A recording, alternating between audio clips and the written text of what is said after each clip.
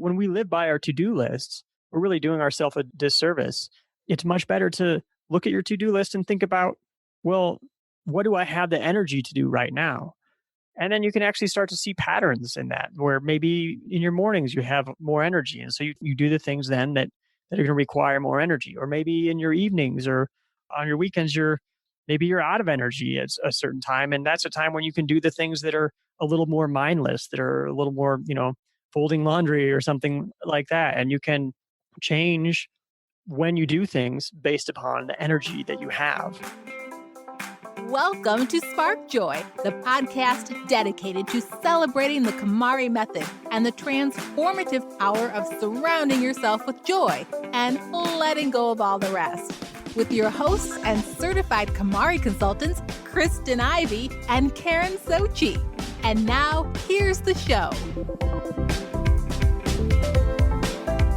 One thing I know for sure is we are collectively revisiting the way we work these days.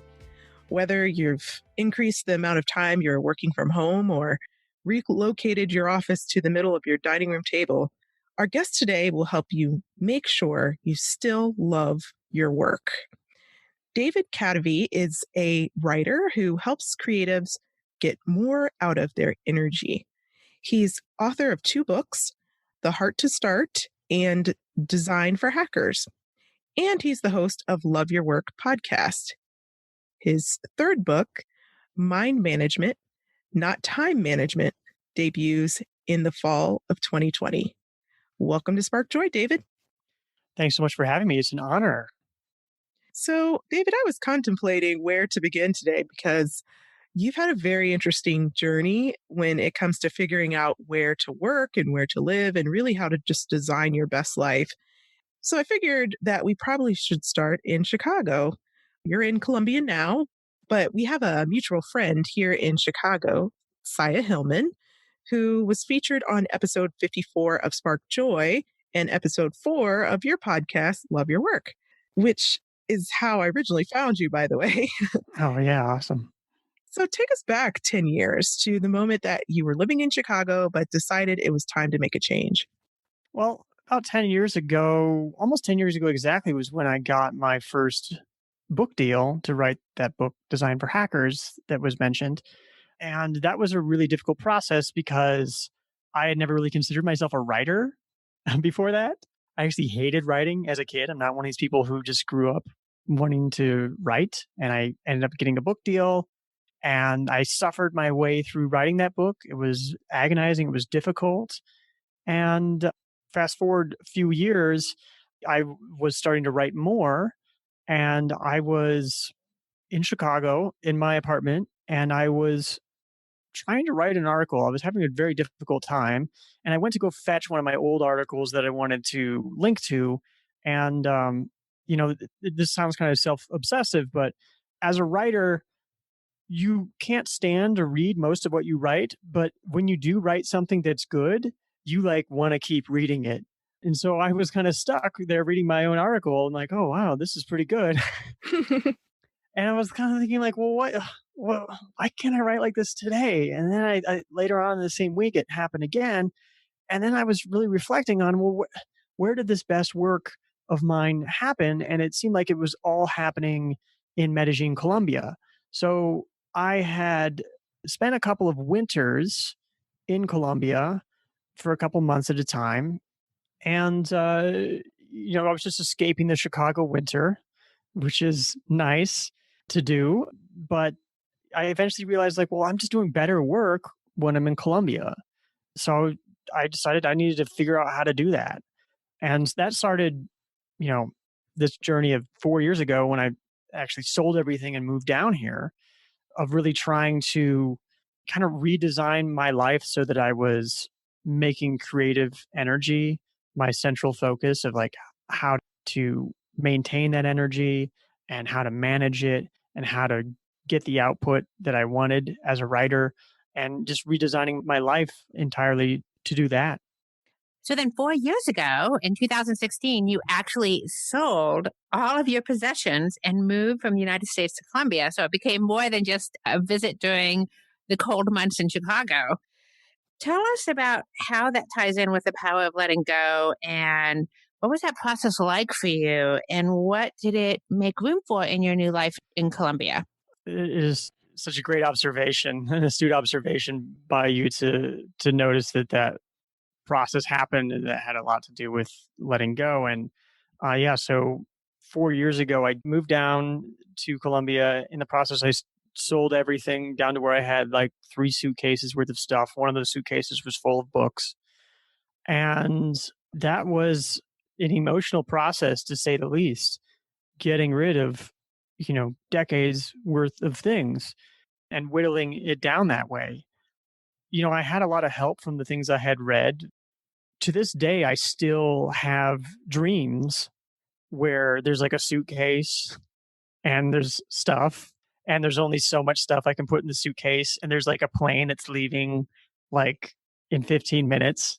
Like, so it's a difficult process.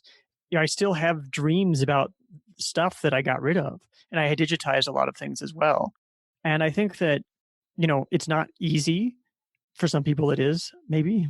But the thing I kept telling myself was about loss aversion. So I've studied behavioral science a little bit. I've worked with a behavioral scientist, Dan Ariely, on a productivity app at one point. And so I'm really interested in kind of the biases that we have that shape our thinking. And one of those is loss aversion, is that it hurts twice as much for us to get rid of something as it does feel good for us to get something. So as you're throwing out things, it hurts to do that, but you're creating space for some future thing that you can gain. And it's especially hard because you don't know what that thing is Yeah. until you do create that space. And so, yeah, it was a very difficult process, but that was one of the things that I told myself, was just that, okay, this hurts to do, to throw these things out in a lot of cases, but I'm creating a space for some future thing. It's kind of like, to prepare for this conversation you had in your notes, to restart your computer. You restart your computer, and maybe there's little files or applications that are running that you don't need anymore, that you're just resetting all of that. And once your computer starts back up, it just runs a little bit better than it did before. And I think that life can be that way, where you just kind of have to hit the reset button sometimes. And now, 4 years later, I lived in a furnished apartment for 4 years. So that way I didn't have to worry about any of my furniture, any of my stuff. And now I've just got my first unfurnished apartment down here in Colombia. And I'm again in that process of getting stuff. That's frightening too, to get things and to think about how they might take up mental space, and how one day you might have to get rid of them, and how that might be difficult as well.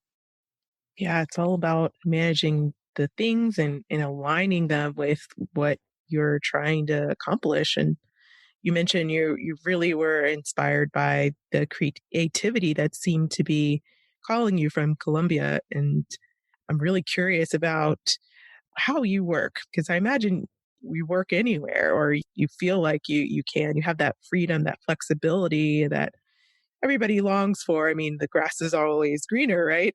Because now more people than ever have that same opportunity to work exclusively from home, or to work from a remote location safely, social distancing. So I'm curious, like, how did you make that transition in terms of like working in Chicago versus working in Colombia? And do you have any tips for the type of lifestyle that you've created, especially like balancing that freedom that you feel with trying to remain productive? Yeah, so there's all this social distancing going on, and I've actually did a Twitter poll, and it sounds like, you know, most people have more control over their time than they did before this happened. That's not true for everybody. Mhm. And at the same time, they're having difficulty focusing and difficulty being productive. I've been on my own for 13 years or so. And then, for part of that, I was in San Francisco. For part of that, I was in Chicago. And then when I moved to Colombia, it was really went to the extreme, because I really distanced myself from a lot of things. And in some ways, it was a lifestyle design decision. There's a concept in design called a forcing function, or a behavior shaping constraint. And so, some ways, putting myself in South America made it less likely that I would go on, a trip across the country just to visit a friend or to go to a conference. Or if I was invited to speak at a conference, I would likely turn it down. And instead, I would stay home and write and podcast. So it is a process that I've been trying to perfect over the last several years, for the last 4 years here in Colombia, especially. It's what I'm talking about in my upcoming book, Mind Management, Not Time Management. And I think that just even the title of that book is a good tip for people to think about, is that it is about not so much having the time to do something, but having the energy to do something. Obviously, with things that are going on, it can be draining to our energy, but so many of us live by our to-do lists in a way where we look at the to-do list and we say, "Oh, item number 1, okay, I'm going to do that." And we act as if anything is possible at any time. What do elite athletes do? If an elite athlete's preparing for a game, they're going to warm up. They're not just going to roll out of bed and expect that they can do that thing, that they can perform at their peak. They're going to warm up. And so when we live by our to-do lists, we're really doing ourselves a disservice. It's much better to look at your to-do list and think about, well, what do I have the energy to do right now? And then you can actually start to see patterns in that, where maybe in your mornings you have more energy. And so you do the things then that are going to require more energy. Or maybe in your evenings or on your weekends, maybe you're out of energy at a certain time. And that's a time when you can do the things that are a little more mindless, that are a little more, folding laundry or something like that. And you can change when you do things based upon the energy that you have. That's the key thing, I think, and that's the big struggle that we have now, that so many of us have more control of our time. We're suddenly realizing, oh, we need to figure out how to get more out of our minds.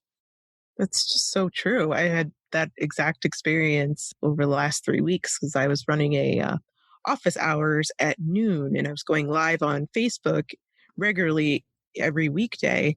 And what happened was I had to rearrange my whole day around this event to manage my energy.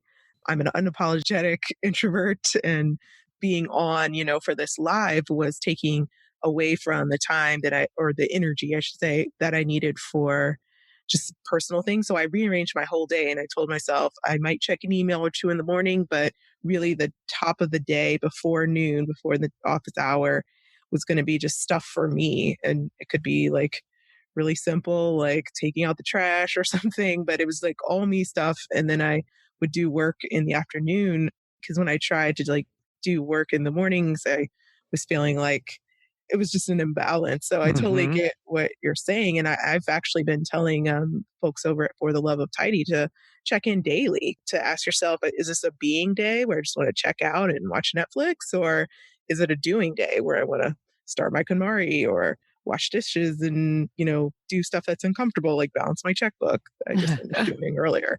Yeah, there's really simple questions you can ask yourself. And these are the Mhm. questions I was asking myself eventually as I got into the rhythm when I was writing my first book and starting to figure things out.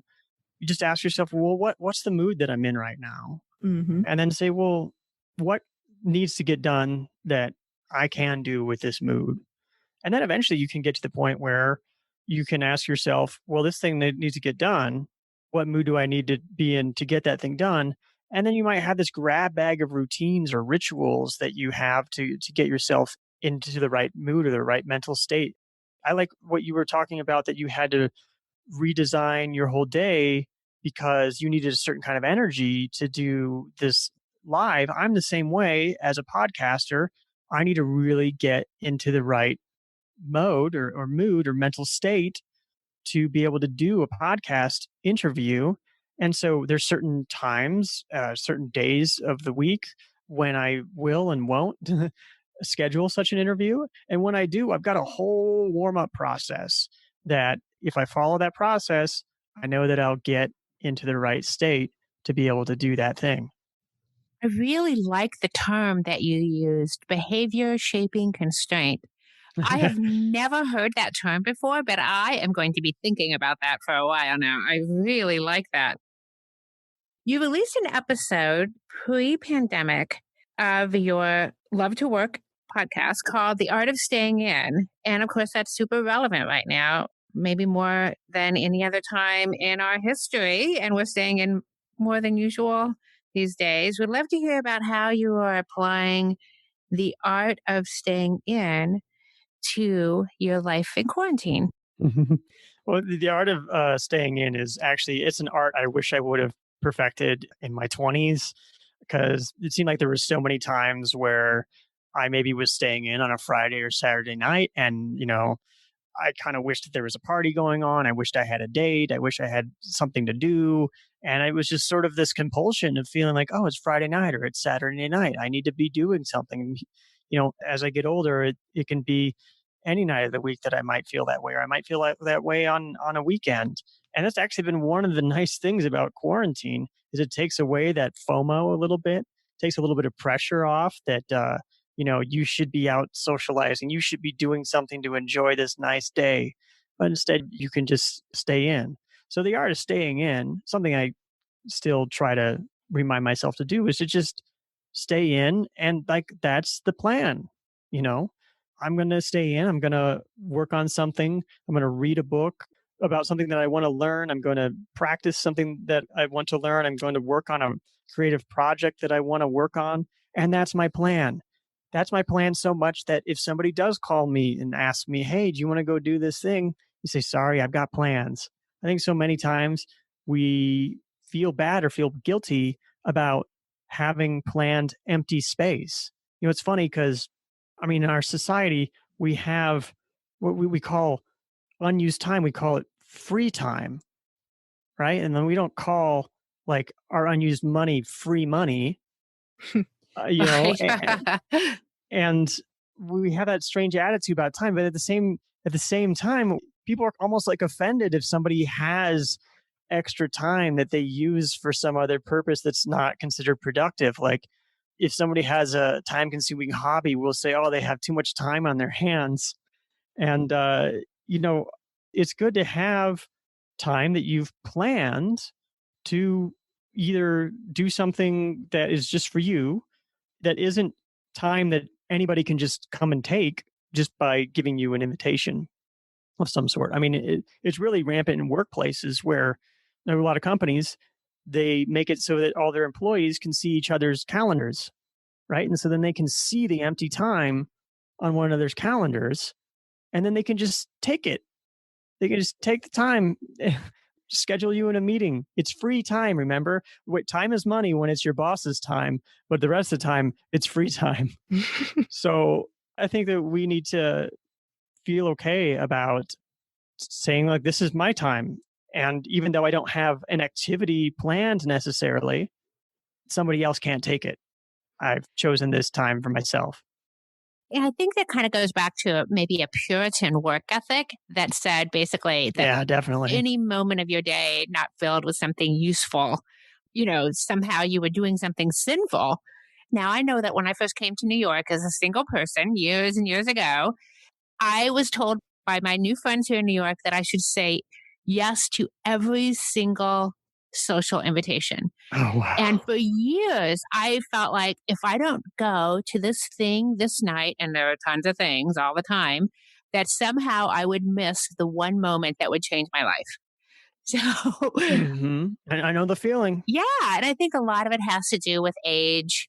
And I think a lot of it has to do with getting settled down. I think it's great. I think if you're at a point in your life with going out and going to events and occasions and doing all kinds of things all the time is what feels good to you, is what sparks joy for you, then more power to you. But I think we've really come to a place where we also appreciate not going out. And I think that that's really a good change. It's just one of these things I wish that I would have been better at when I was younger. Is that maybe it wouldn't have sparked joy for me to stay in necessarily, but I would have liked to have been able to cultivate the skill of finding joy in staying in the joy of missing out, as Right. Jason Fried calls it. Yeah. I remember when this pandemic first hit, when we all had to stay at home, there was like a brief moment. It was like barely a day, but it was almost a full day where FOMO did not exist for anyone. Like everybody was going inside pretty much. And the whole like virtual culture, hangout culture, work culture, that adjustment was happening. I remember everything was getting canceled like the same day for me. So it just felt like my whole calendar was just like getting wiped clear in like Mhm. 4 hours. And I really took a moment, and it was definitely sad, but it was also kind of refreshing for a moment, just like you mentioned earlier about hitting the reset button. That's really what it felt like. And I thought about a world without FOMO for a second and what that would be like. And now I think it's come back because now that everything's virtual, I think this idea that you were just speaking of, where if you're not doing something, it's almost like expected that you should be able to be available.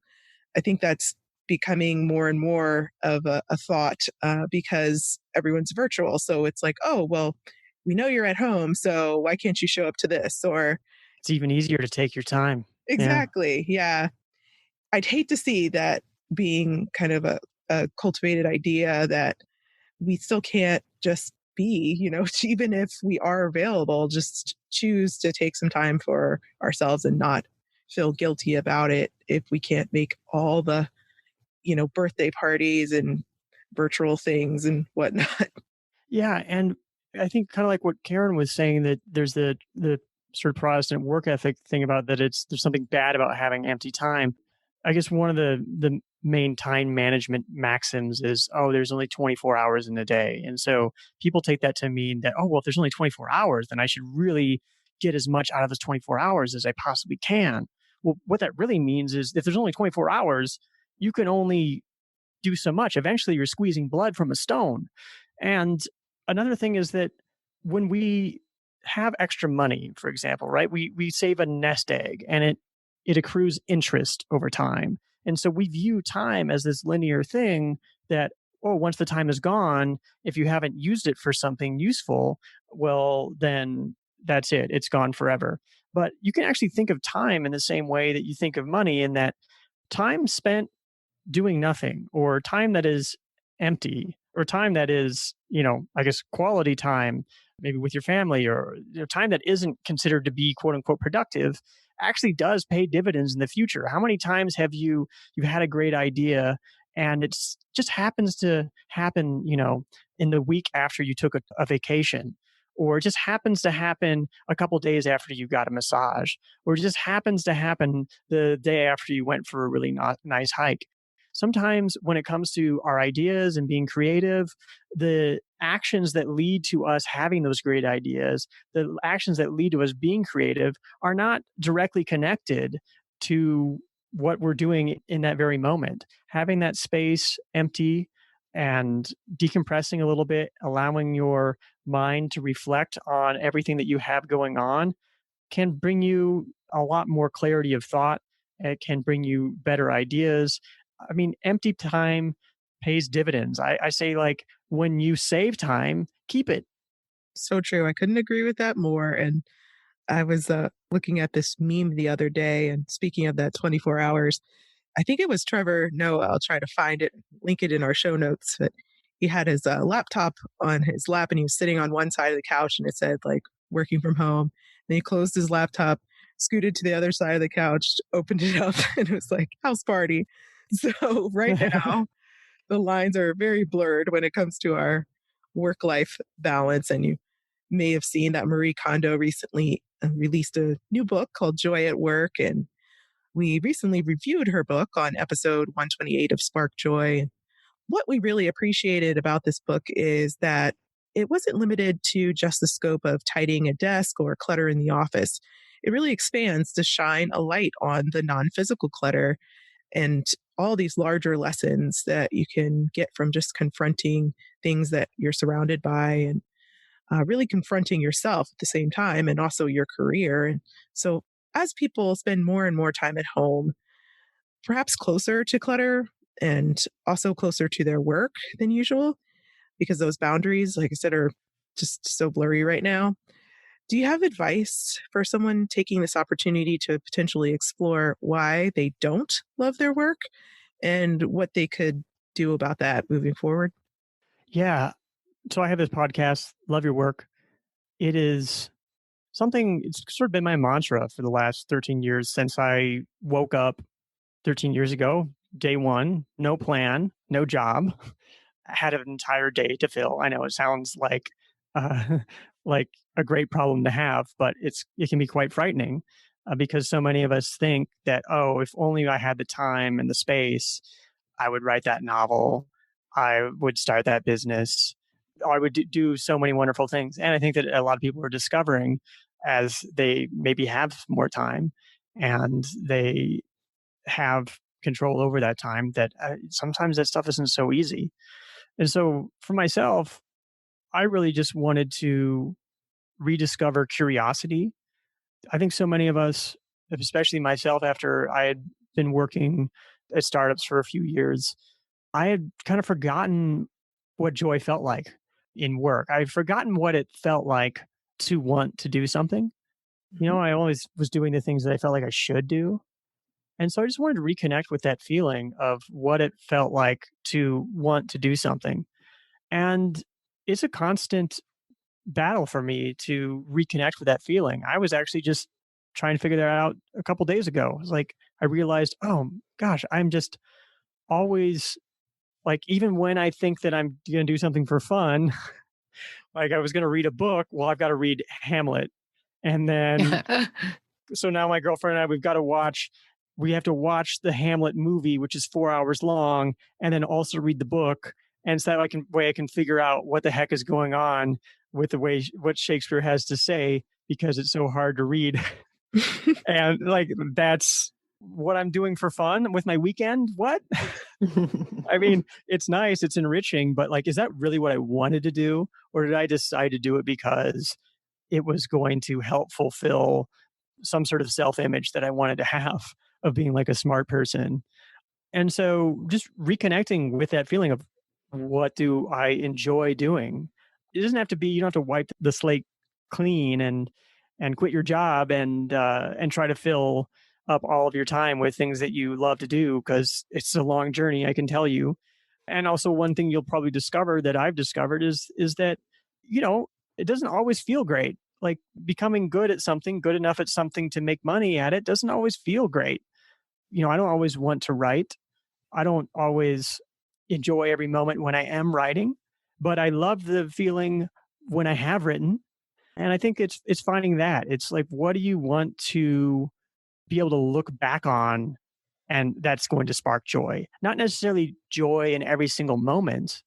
What discomfort are you willing to endure to have some future sparking of joy? That's the way that it feels when I have a book done is yeah, a lot of it was enjoyable writing it, but a lot of it was difficult. It was not necessarily the thing I wanted to do in that moment, but it all added up into some larger thing. So you hear people say, "Oh, you got to find your passion." Well, that can be really dangerous, and studies have shown that this can be dangerous. Is that if you think that you're going to find your passion, you might think that it's always going to feel great doing whatever it is. But I guess like finding something that the end result is going to make you feel good, not so much always every moment of the process. Yeah, I think that a lot of people are discovering that having absolutely no structure at all is not ideal Not either ideal. as far as getting anything done. Or some people are really realizing, given an infinite amount of free time, what they would actually do with it, and maybe they're a little chagrined. So it's definitely something to think about. You know, our podcasts are similar. We have guests on some, and then we have co-hosted episodes. And of course, we invite our guests in to talk about what they've achieved in life, what their successes are, what their challenges have been, and how they've grown from those things. I'd like for you to think back to the guests that you've had in over 200 episodes and share with us if there was a particular voice or a tip that was super relevant to what's happening in our world today. You know, I think of somebody who maybe is a little bit like Marie Kondo in a way is David Allen, who wrote Getting Things Done, which is a great productivity process or system to follow that I still use and that everything that I do is kind of built upon is that he really created a great system for managing the things in your life, sort of some of the mental things and the contexts of those things. And one thing that he told me that was very useful was that it was about creating the space to be creative or to do the things that you enjoy. Is that when you manage your things that you need to do or your responsibilities in life or the things around you, as I've learned from Marie Kondo, when you have a place for things, then all of the natural creative state that you experience as a human, that has space to flourish. And so, sometimes keeping up the rituals of keeping things organized, whether that is my physical things or my mental things, sometimes I don't necessarily feel excited about doing those rituals or those habits, quite honestly. But that's the thing that I guess that's the joy that I look forward to, is that, oh, when this is out of the way, then my mind is going to have space to enjoy and be present in the moment. The question, does it spark joy, is a simple one, but not so easy to execute alone. Extend your tidying experience by joining the Spark Joy Club, our online community filled with our clients, fellow listeners, and KonMari enthusiasts ready to support your journey. If you find yourself buried under clothing, stuck on storage, or pointing fingers at untidy housemates or family members, we want to help you finish your tidying journey once and for all. Support the show at the Joy Riser level and receive access to our exclusive virtual community, as well as the Tidy Home Joy Journal, your #1 tidying companion. Visit sparkjoypodcast.com and click on Join the Club to get started. And now back to the show. Well, speaking of to-do lists, we have a question that we like to pose all of our guests, and that's, what's your favorite tidying tip? Or in your case, you could share a productivity tip, or both, whatever you'd like. Oh, tidying tip. Honestly, my favorite thing from the life-changing magic of tidying up is just the shirt folding Mm-hmm. method. I don't know how to describe it on a podcast. I think your listeners probably know it. I enjoy that a lot. I guess the other tidying tip, maybe the productivity tidying tip, is just to have a weekly review. It is such a weight off of my mind throughout the week to know that whatever I have coming up on Sunday afternoon, this is from David Allen, that Sunday afternoon, I'm going to look over my calendar. I'm going to look over everything that's coming up this next week. I'm going to look over everything that's coming up in the next few weeks, make sure I'm on top of everything, make sure that actually I set alarms on my phone. Maybe that's the tip, is I set alarms on my phone for any upcoming meetings that I have for that week. You basically have to, on an iPhone, have to say repeat every Wednesday and then set the alarm for an hour or so before, because I keep my phone on silent all day. And otherwise I will miss my meetings because I don't look at my calendar all week, because I have the weekly review and I know that I have things set up that I can just be in the moment and be creative and concentrate on what's important to me. And that if anything needs to get done, I have things in place because I have the systems, because I follow the processes, I follow the rituals. Oh, that's such a great tip. I really like that. I like that you really focus on being in the moment and you've set up your technology to work in that direction. That's great. And of course, we have to ask, what is sparking the most joy for you at this very moment? My hammock. I've just finally got a place with a balcony and I have a hammock outside. And the lockdown is pretty strict here in Colombia. We're not really allowed to leave the house except for very limited times. And so having the hammock, being able to lay back and read a book after a day of work, or even to lay back with a notebook and brainstorm stuff while laying back in the hammock, is fantastic. And I think this is one of the things that people are discovering working at home, is that sometimes you can choose the best possible environment with which to do a certain thing. You don't have to be sitting at your desk or sitting at your computer to do every little thing. Sometimes you can be sitting in your hammock. Love it. And David, how can our listeners find you and stay in touch with you? Well, I've got a podcast. If you were listening to this podcast, you probably listen to podcasts. And my podcast is called Love Your Work. And that can be found wherever you get your podcasts. And then I have an email newsletter called Love Mondays. It is something to spark joy for you every Monday, get you inspired. And then I'm pretty active on Twitter and Instagram at Kadavy. That's Kadav as in Victor Y. Perfect. We will make sure to link that in the show notes. And we also want to give you a chance to let our listeners know about that special offer that you have for them as well. Yeah, I think when you're working remote, it becomes very important to be able to write clearly. And in order to write clearly, you need to be able to focus. And I have a toolbox of the 14 tools that I used. I actually tracked my word count during the first year of my experiment down here in Colombia, and I quadrupled my word output. I wrote 4 times as many words as I did the previous year. My work started showing up in publications and such, so it was better quality writing as well. So I have those tools. It's a toolkit for free, kadavy.net/tools. Or actually, even easier, I have a short URL, kdv.co/tools. That will take you right there. Perfect. Thanks so much, David, for joining us here on Spark Joy and sharing all of your productivity hacks. Thank you so much. It was an honor. Thank you, David. Stay well. So now we want to hear from you. Tell us your burning tidying questions or share stories about how KonMari has impacted your life. Head over to Apple Podcasts to subscribe and review the show, which helps us reach others along their tidying journeys. To extend your tidying experience, you can join the Spark Joy Club. Visit sparkjoypodcast.com and click Join the Club to become a member of the Spark Joy community, or join us on Facebook, Instagram, and Twitter. Thanks for tuning in, and we hope your day sparks joy.